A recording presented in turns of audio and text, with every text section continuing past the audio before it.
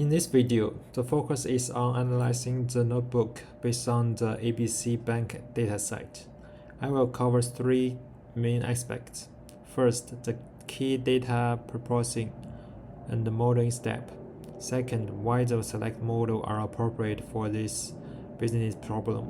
And finally, what insight can be drawn from the result.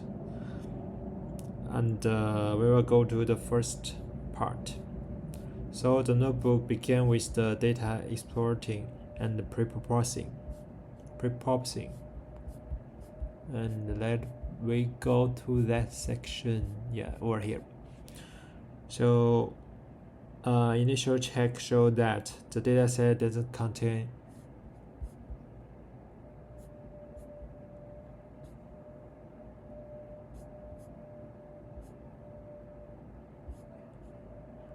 over here. The dataset does not contain missing value or duplicate rows, which simplify purposing. But several challenges remain. During exploratory data analysis, it became clear that some numerical variables such as total income and the year explored are highly skewed and include extreme value. We can see over here.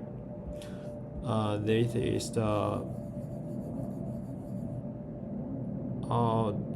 high extreme value, and in addition, multiple category variables contain many levels, some of which appear infrequently. So to address this issue, several proposing steps are applied. And let's go to the section. Over here. So first, the ID column is removed since it has no predictive value and could introduce noise into the model. And next, category features are converted to numerical form using encoding technique. You can see over here. So you can see the income type become from working to number 4. So that's encoding. And this allows model to process category information, although it is important to note that label encoding can introduce an ordering that may not reflect real-world relationship. And next, we go to the skewness. So it used the box call transformation, and this helps reduce skewness and stabilize variance, which is especially beneficial for linear models such as logistic regression. And second, we go to the PCA. So the PCA is not emphasized in the final modeling stage due to concern about interpretability.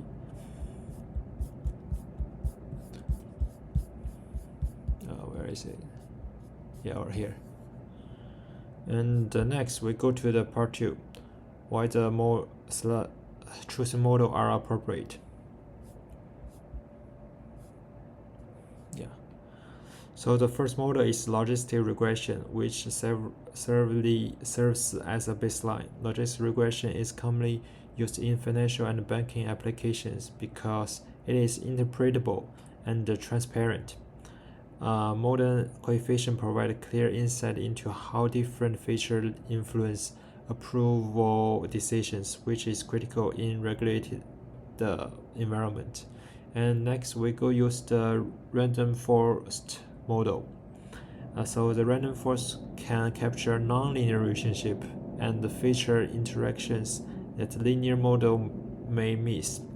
They are also relatively robust to outliers and do not rely on strong assumptions about feature distribution.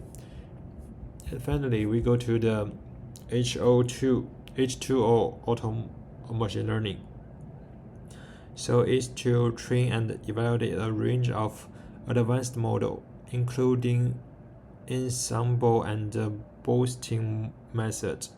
So it helps identify strong perform model efficiently and provide a performance benchmark for comparison with more interpretable approaches.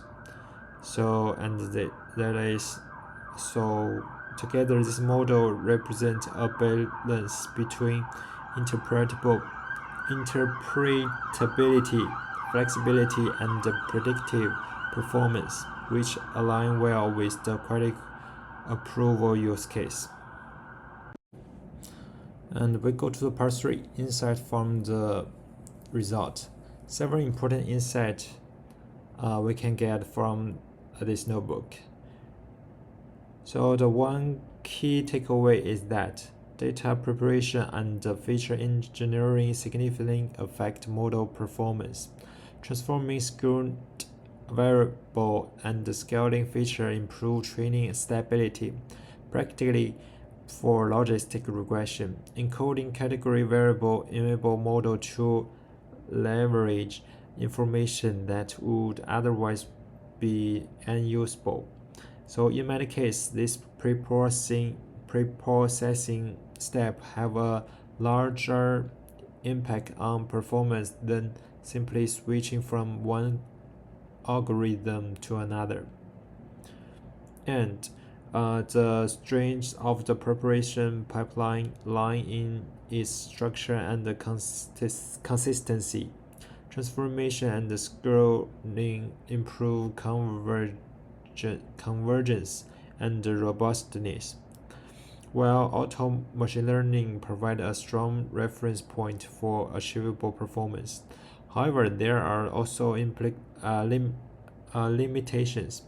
Label encoding may oversimplify category relationship, and some auto machine learning model sacrifice interpretability for higher predictive power.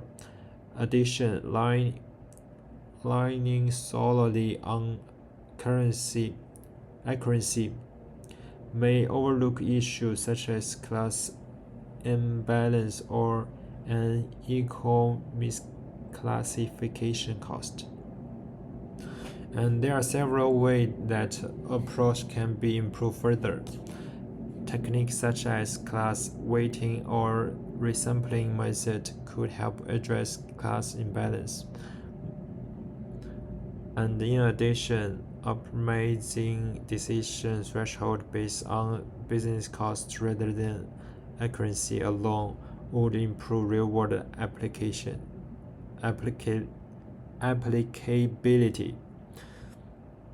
So overall, the results suggest that machine learning can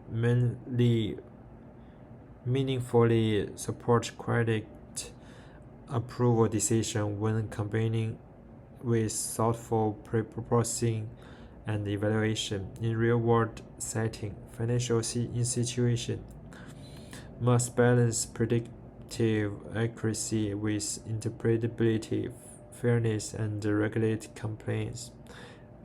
And in summary, this analysis shows that in practical machine learning, data preparation and feature engineering play an important role in determining model success.